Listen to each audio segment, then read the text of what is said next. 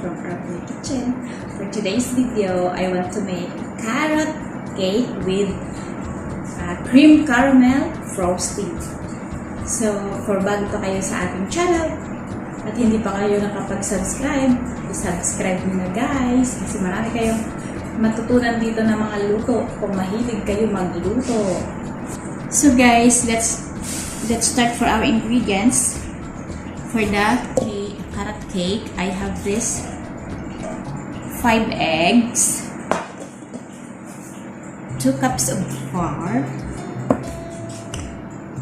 2 tablespoons of cinnamon powder, 1/2 teaspoon salt, 3/4 tablespoon of baking powder, 1 1/4 cups of sugar, and 3/4 cups of oil. So I have also carrot 1 piece and the walnut. This is 1 cup. I put here our mortar and pestle to crush it. And then guys, for our frosting, I need this 6 tablespoons of sugar and 2 cans of Nestle cream. This one like this, almaray. So for our carrots guys, we have to crush the carrots here like this, and also I have already 1 cup. Now first we have to crush the walnuts.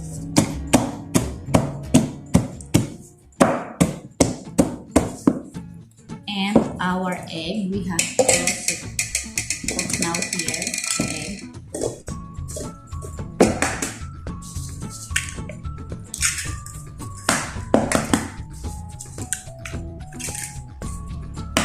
So first we have to combine all the liquid ingredients before we have to put the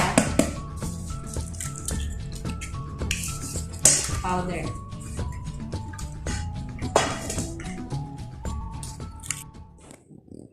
Beat the egg until smooth before adding the other liquid ingredients. Now I add the sugar and then continue beating until become smooth the egg and become fluffy. Then add the oil. Continue beating and beat.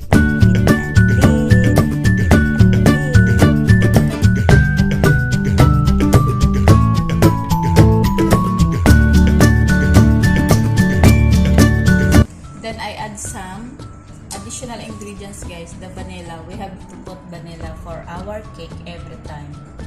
So I put 1 teaspoon of vanilla, and then we have to sift the flour here.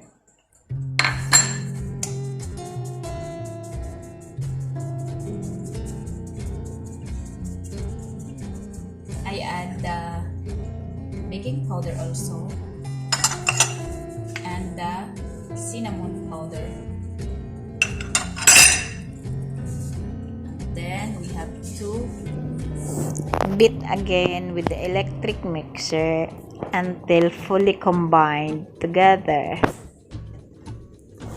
Add the salt and continue beating.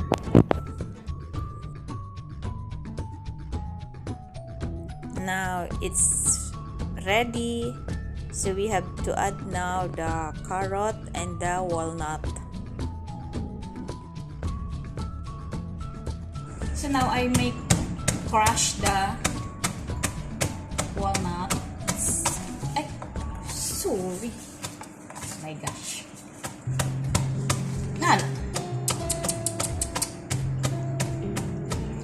My goodness Bawasan muna natin guys kasi maano siya.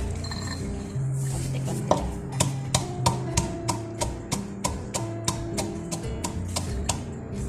So, huwag masyadong durog na durog guys para ano, mayroon silang makakagat na nuts. So, I think this is okay.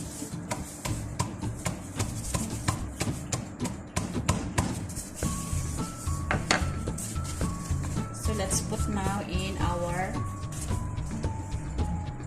butter. I put the carrots and these nuts.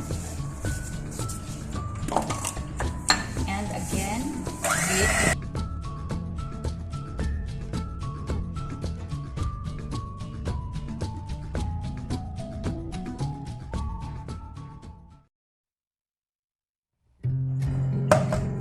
And we have now to transfer in our baking pan. So this baking pan, I will use this baking pan guys. I put some oil on it so your cake will not stick in after you cook.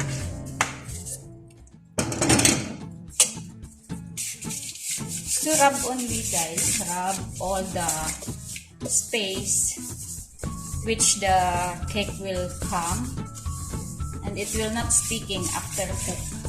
It's easy to transfer in cake stand if there is oil on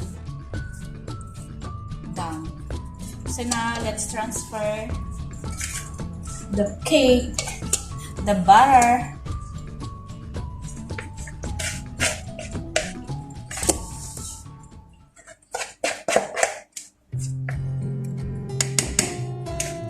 and bake for 45 minutes in 180 Celsius. So guys, Celsius yung gamit natin, hindi Fahrenheit.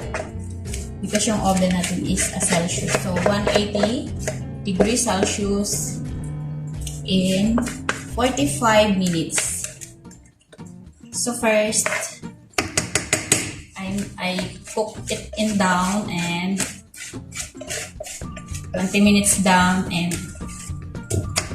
25 minutes up. So this is now guys. So let's put now in a preheated oven. I already preheated before.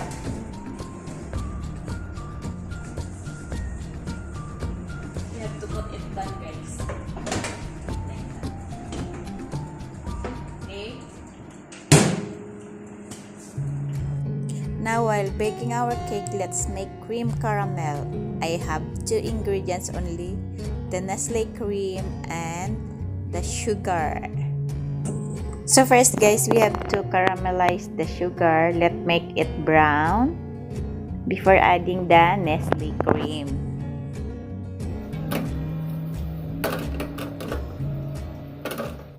So now it's coming ready. We have to make it brown little bit more before adding this our Nestle cream.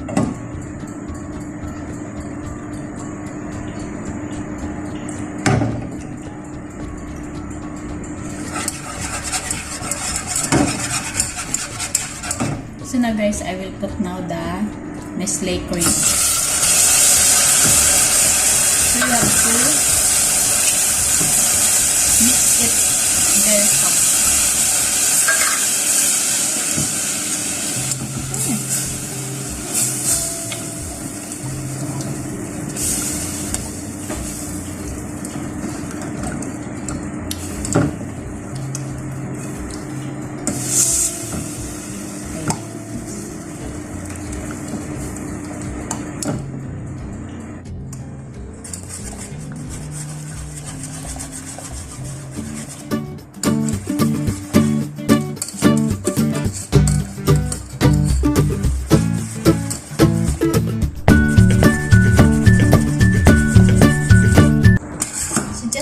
To wait a little bit to become sticky.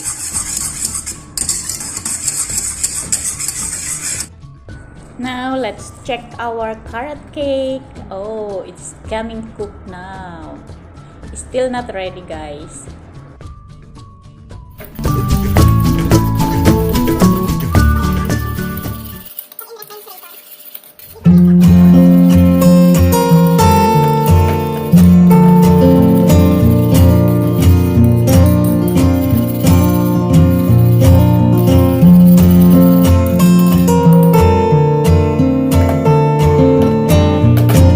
Now it's ready.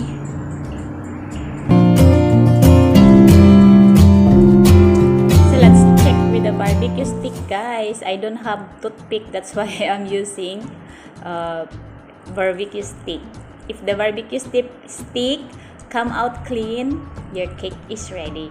So let it cool before putting the frosting. And this is now our carrot cake. Perfect! So our cake is already cold. Let's put that, guys, and enjoy. Let's play!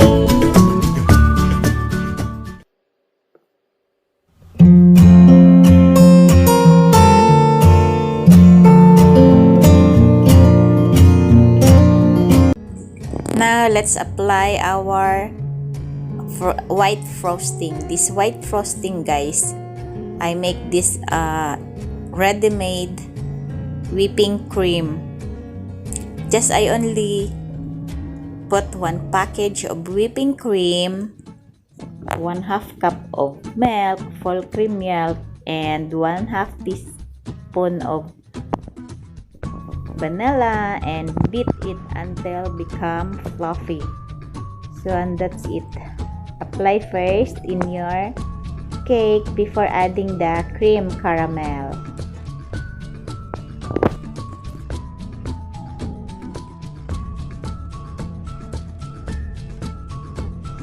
So I think this is now ready, guys, because I am in a hurry. My madam will bring this now, so she have to go now, and that's it.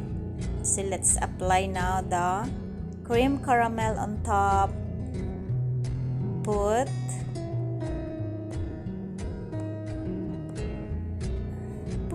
and put and put.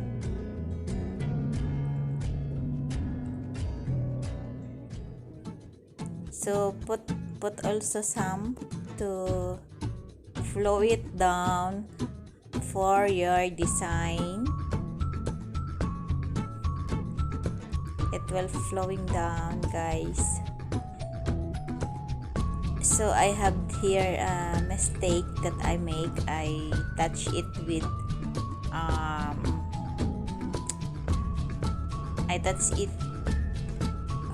some of the cream caramel. So never touch all the cream caramel, guys, because it will become damage.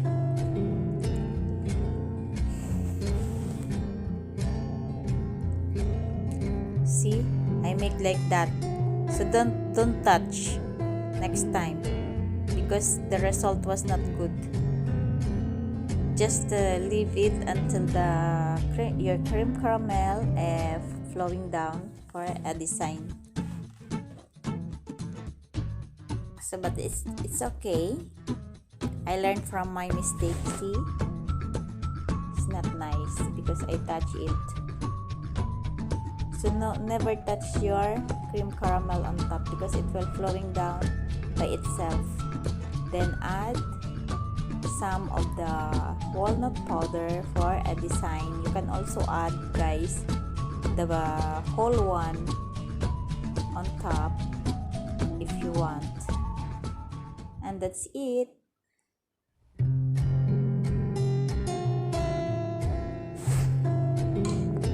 I add more little bit.